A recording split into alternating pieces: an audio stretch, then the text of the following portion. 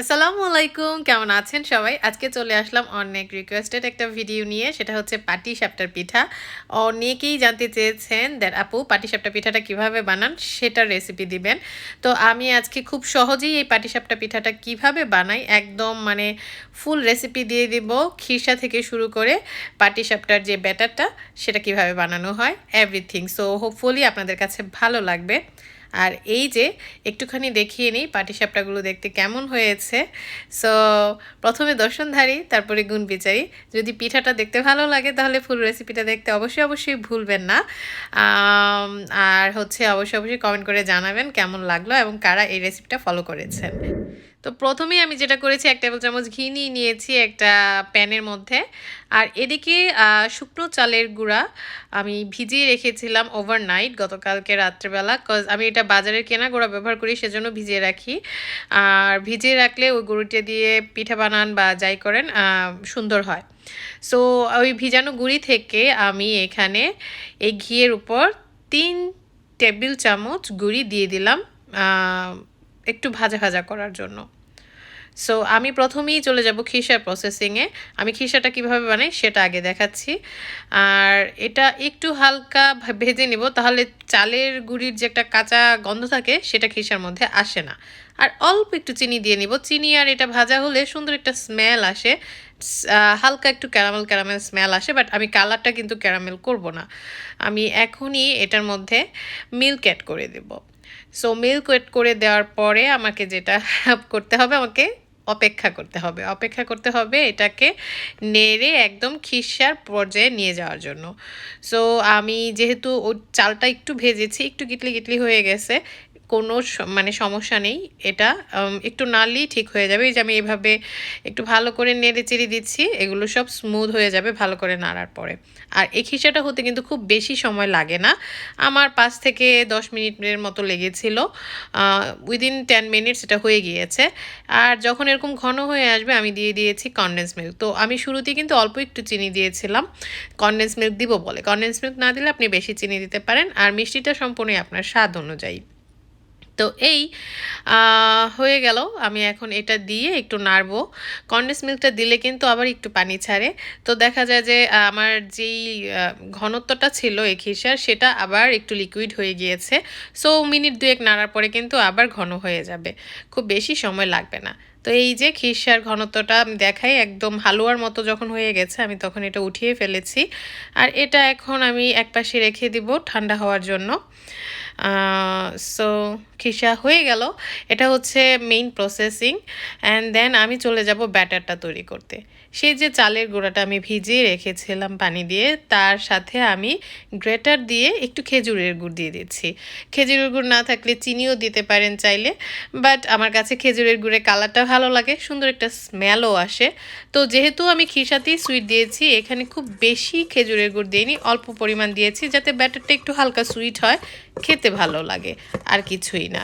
তো এটা দিয়ে আমি খুব ভালো করে মিক্স করতেছি, এই কারণে যে খেজুরের গুড়গুলো যেন মিক্স হয়ে যায়। আর দিয়ে দিচ্ছি হচ্ছে ময়দা। তো 1 কাপ চালের গুঁড়িতে আনুমানিক 2-3 টেবিল চামচ ময়দা হবে, এরকম আন্দাজে আমি ময়দাটা মিক্স করেছি এখানে। তো ময়দাটা দিয়ে ভালো করে মিক্স করতে হবে, এবং আমি মেক শিওর করেছি দ্যাট এখানে যেন কোনো গিটলি না থাকে, ব্যাটারটা যেন স্মুথ হয়, ব্যাটারটা স্মুথ হতে হবে।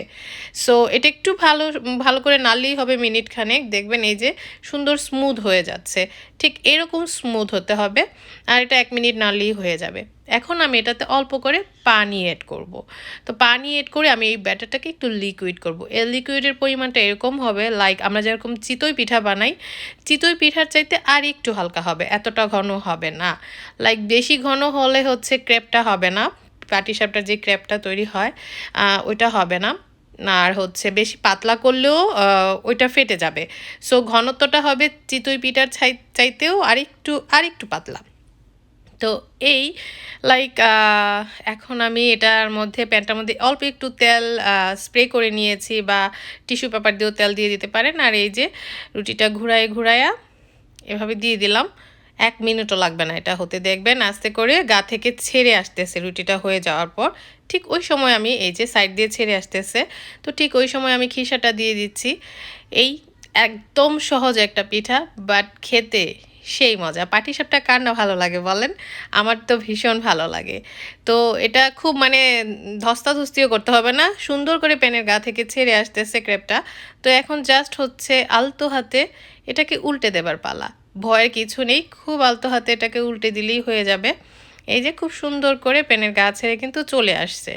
হালকা একটু তেল স্প্রে করে দিলে, একবার তেল স্প্রে করলে 2-3টা পিঠা অনায়াসে বানিয়ে ফেলানো যায়। আর যদি স্প্রে ওয়েল না থাকে কোনো সমস্যা নেই, টিস্যু বা কোনো একটা পরিষ্কার কাপড়ে তেলটা দিয়ে পুছে দিলেই হবে প্যানের গায়ে। সো এই আমি একে একে এখন সবগুলা পিঠা বানিয়ে ফেলবো। একটা হয়ে গেছে আলহামদুলিল্লাহ। অনেক সময় দেখা যায় ফার্স্ট টাইম পিঠা ভালো হয় না, মানে ফার্স্ট পিঠাটা চুলায় দিলে ভালো হয় না। বাট আমার পাটিসাপটা নিয়ে খুব একটা ব্যাড এক্সপিরিয়েন্স নাই, একদম যখন শুরুতে বানাইছিলাম তখন এরকম হয়েছিল। বাট এখন আলহামদুলিল্লাহ পাটিসাপটা আমার হাত চলে আসছে। সো আলহামদুলিল্লাহ প্রথম পিঠাটা ভালোই তো হইল। তো এই দ্বিতীয় পিঠাটা বানানোর পালা। পিঠা কিন্তু হয়ে যাচ্ছে, আমি কিন্তু এখন ক্যামেরা কাটি নেই। সো দেখতেই পাচ্ছেন যে বেশি সময় কিন্তু লাগতেছে না পিঠাটা হওয়ার জন্য। মিনিট খানেকের মধ্যেই একটা পিঠা হয়ে যাচ্ছে। জাস্ট আপনার প্রিপারেশনটা একটু হয়তো বা সময় লাগবে। আমার 10 থেকে 15 মিনিটের মধ্যে সব কিছু প্রিপেয়ার হয়ে গিয়েছে, সত্যি কথা খুব বেশি সময় লাগেনি কিন্তু আমার। আর গেস্ট আসলে কিন্তু ঝটপট করে এই পিঠাটা আপনারা বাসায় বানিয়ে ফেলতে পারেন। আর প্রবাসে আমার যে ভাইয়েরা আছেন বা যারা দূর যে আপুরা আছেন, কখনো বানান নাই, মায়ের হাতে পিঠা খেতে মন চায় যাদের, তারা এইভাবে ট্রাই করতে পারেন। মায়ের হাতের পিঠা তো আমরা দেশ থেকে দূরে থেকে পাবো না, কিন্তু আমরা ট্রাই করতে পারি, নিয়ারলি কিছু একটা তো হবে ইনশাল্লাহ। সো অবশ্যই অবশ্যই আমাকে জানাবেন আপনারা যদি এই পিঠার রেসিপিটা ভালো লাগে। আর যদি কেউ এটা দেখে তৈরি করেন আমাকে প্লিজ জানাতে ভুলবেন না আমার গ্রুপ ফৌজিয়া নাসরিন লাইফস্টাইলে। তো এই আমি এখন সবগুলো ব্যাটার দিয়ে পিঠা বানিয়ে নিব। আর এই যে একটা টুকুস পিঠা, এতগুলো পিঠা বানানোর পরে এটা হচ্ছে আমার বাপজানের জন্য বানাইছি। অল্প একটু ব্যাটার বাকি রয়ে গেছিলো, আমার খুব ভালো লাগে শেষমেশ কিছু থেকে গেলে ছোট্ট করে একটা জিবরিলের জন্য বানাইতে। সো এই আলহামদুলিল্লাহ হয়ে গেল আমার পিঠাগুলা। এখন একটু ভেঙে দেখাই কেমন হয়েছে। সো এই যে দেখেন, একদম দোকানে কিনতে যে পিঠাটা পাওয়া যায় বা আমাদের মায়ের হাতে যে পিঠাটা দেখতে কিন্তু ঠিক ওরকমই হয়েছে। খিসাটা দিয়ে একদম পুরটা ভরা। আর খুব রানিও না খিসাটা, খুব ড্রাইও না, পারফেক্ট ময়েস্ট একটা খিসা। সো আই হোপ আপনাদের ভালো লেগেছে। ভালো লাগলে অবশ্যই অবশ্যই জানাবেন। আল্লাহ হাফেজ।